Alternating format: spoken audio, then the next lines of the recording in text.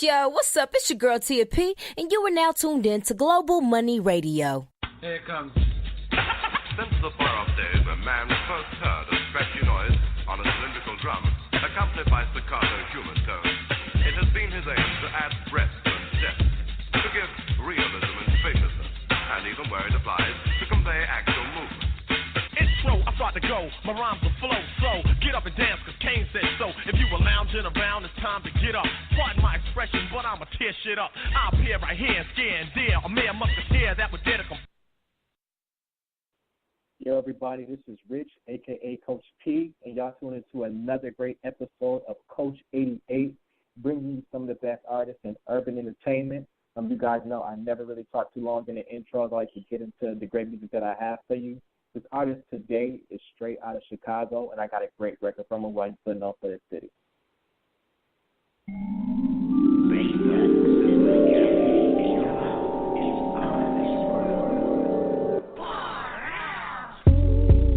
I'm convinced the incidents never could stop cuz from my block with nothing in Hindum pockets. Haven't coming quicker, nah, where he went, bruh, nigga can't access. NASA give a rocket 321, any one-on-one them problems. Conquer right there, teach you how to solve stuff. YOLO applies, but not the good times. Bad man don't do drive-bys, they rather do walk-ups. Keep it bustin' like a charter. White stepped on, water down, them clucks around, catch me still whipping up the water. That'll get Jesus breathing harder.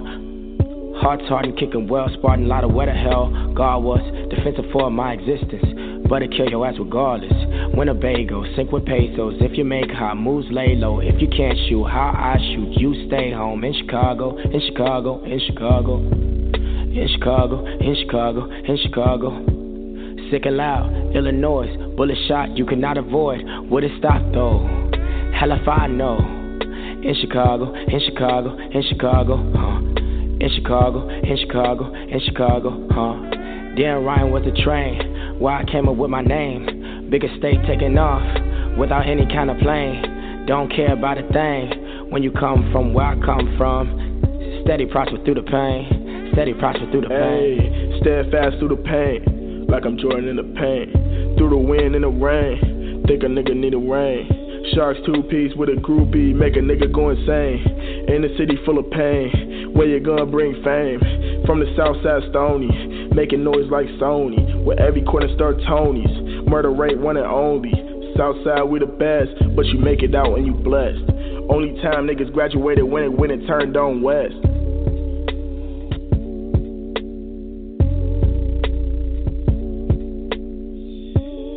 All right, everybody, and the artist that I have for you today, my man Straight Chicago, Biggastate. Biggastate, you on? Yes, I am. Glad to be here. Man, glad to have you, man. So, man, just tell us just about that track. And, the title of it is Chicago. What does that track mean to you? Well, that track is everything. I mean, just like in the lyrics, it was like Dan Ryan was the train where I came up with my name. Dan Ryan is a very iconic train for Chicago. That's where I'm born and raised. That's where I came up with my name. It's literally going through Chicago will give you this kind of charm everywhere because I've traveled all around the country besides Alaska. And it's this charm that people notice when you are a diamond in the rough or when you're grinding to survive somewhere. It gives you this refreshing personality that projects to people, that opens doors that only going through that type of experience can open. You get a certain type of humbleness. You can be hungry but not greedy. You know what I mean? So Chicago for me is something that had not I been from Chicago, I would not have been able to have a collective of styles. I didn't want to be marginalized like J. Cole or be marginalized oh, you sound like J. Cole, you sound like Kendrick Lamar, or you sound like, I wanted to be able to, I didn't start to look up to, I stopped looking up to a specific artist. I started looking up to the dynamics, what makes people sound like the style that makes Earl Sweatshirt sound like what he sounds like and things like that. So I started to break down my style because of the collective of going through all the different flavors that's in Chicago. You can have the Bosnians, the Mexicans, all these different things. You got to go through a lot of different flavors to really find yourself. And because of coming from Chicago, it made that much more possible. Yeah, this is like me, all my family, I pretty much, Chicago's been a second home for me. Just going there, Chicago is probably one of the most diverse cities that you could probably ever go to. Like, I remember I remember going to Chicago pretty much from when I was like, at least earliest I can remember 5 to where I'm at now. And I didn't even know Chicago had a Chinatown until I was 26. Oh, man. Chinatown. Cool. Yeah. I did not know that. So that's go ahead. Sorry about that. I know, but just a question. So, like, I could just hear how influential Chicago has been for you. But by chance, do you think that you could have been the same artist that you are now if you weren't from Chicago?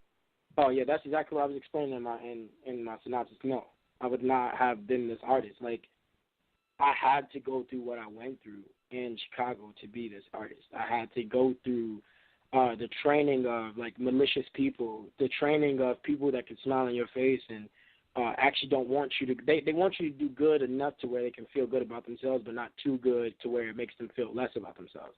You know, dealing with the people, like, Chicago is a place that makes you graduate from people. Like, if you can actually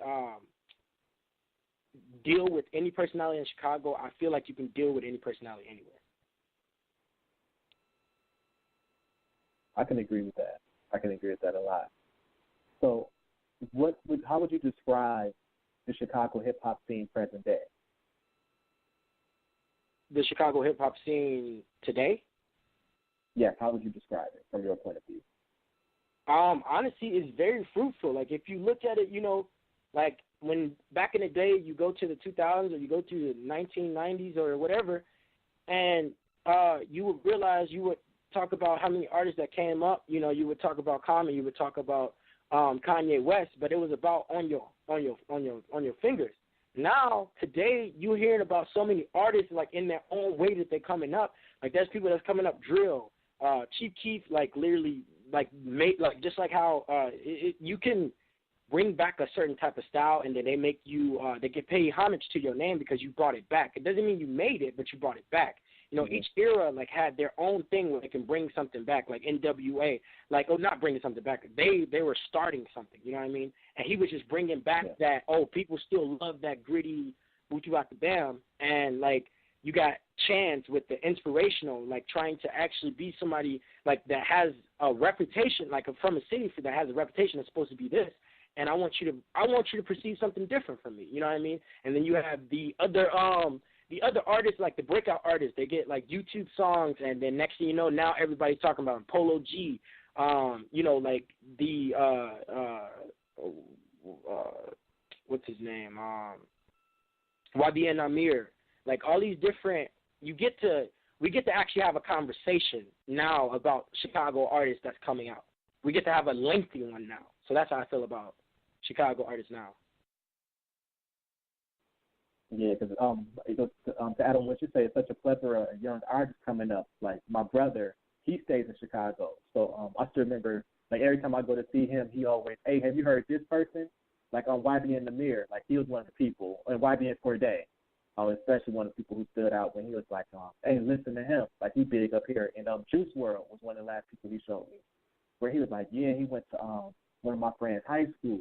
It's like there's so many new people. Every time I go to see him, it's always a new Chicago artist that's just shining. I was like, Chicago hip hop thing is just really great right now. Like, what stamp would you like to make on the Chicago hip hop scene for yourself? Can you say that last part again? I said, what stamp would you like to put on the Chicago hip hop scene for yourself? Like, what would you like to be known as for the Chicago hip hop scene? Honestly, I'm trying to do something that's completely different.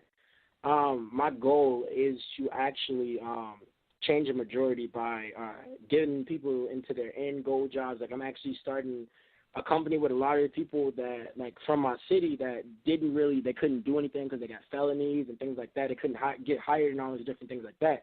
And a lot of people make it, like, they kind of get, there's some people when they're intellectual, they get bitter because they're perceiving the world, they're taking a lot of data, and how they feel about the collective of it kind of comes off in some hardened heart way.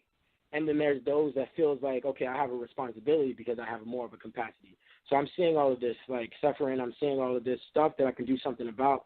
And I'm noticing there's a lot of artists that got stuff that they don't need, like golden Lamborghinis. Like, that could have went towards literally teaching the kids in Chicago what taxes is. That could have went towards, like, and I understand, like, Chance the Rapper donating $1 million to charity and things like that. Like, I want to be able to go and see where my money is going. I want to actually involve myself with Chicago, and not just, like, you can't even try to assume that it was for publicity or my own self-advancements. Like, it literally made the city prosper. There's potholes. There's cities you can't drive to see your grandmother because there's potholes.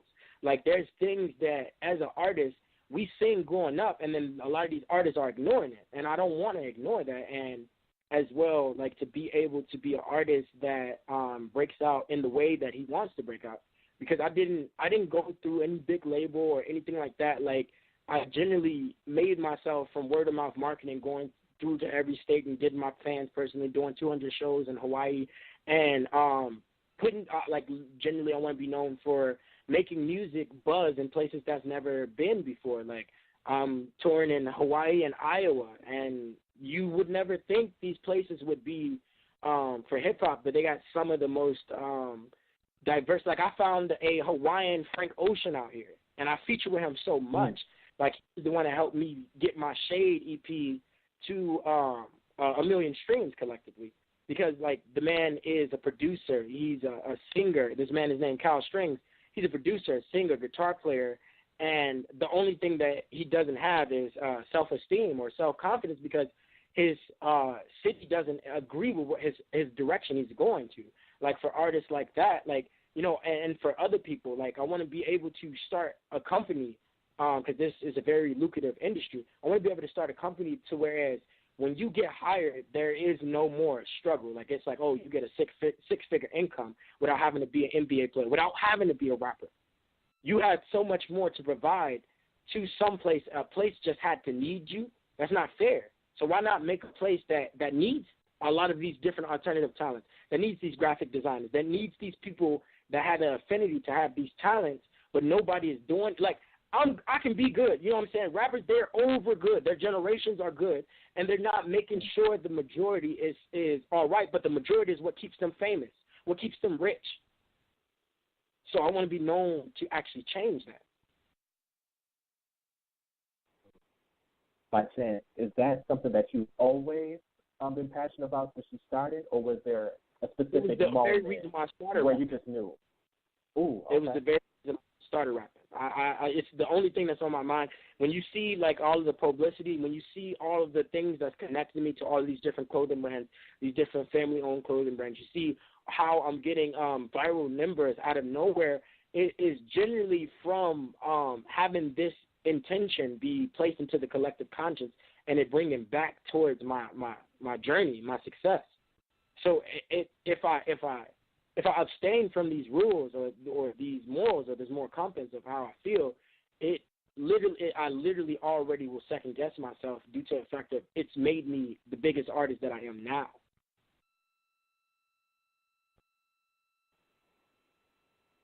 Yeah, I think that's real dope. And the thing is, more artists should be like that. Like you said, a lot of artists who grow up in these conditions, and they always, like, a lot of them tend to not even act like it was something that even happened. It's like once they're good, they're like, okay, I'm good. That never happened. I'm living my life here. It's all glitz and glamour. But it's like, why do you think a lot of artists do that? Like, artists who grow up in the struggle know that it's a problem, but once they're good, they don't do anything about it.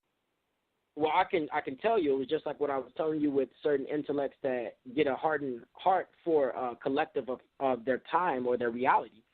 There is a very harsh reality to this industry that most artists, like, a lot of people will complain about Russ, saying, oh, I sent to all these blogs and they don't want to deal with me anymore. They didn't want to deal with me then, so they're not going to deal with me when I'm blowing, and people hate him for that. But and what he needs to understand, and other people need to understand in both ways, is that he needs to understand that they're not going to go for something that isn't a no-brainer to make money. That's just how they've been. And then what other people need to understand, to not hate Russ for what he's doing, He's doing what every other artist. They say he's too cocky. Artists have to be cocky to even believe the stuff that they're projecting in their music. As well,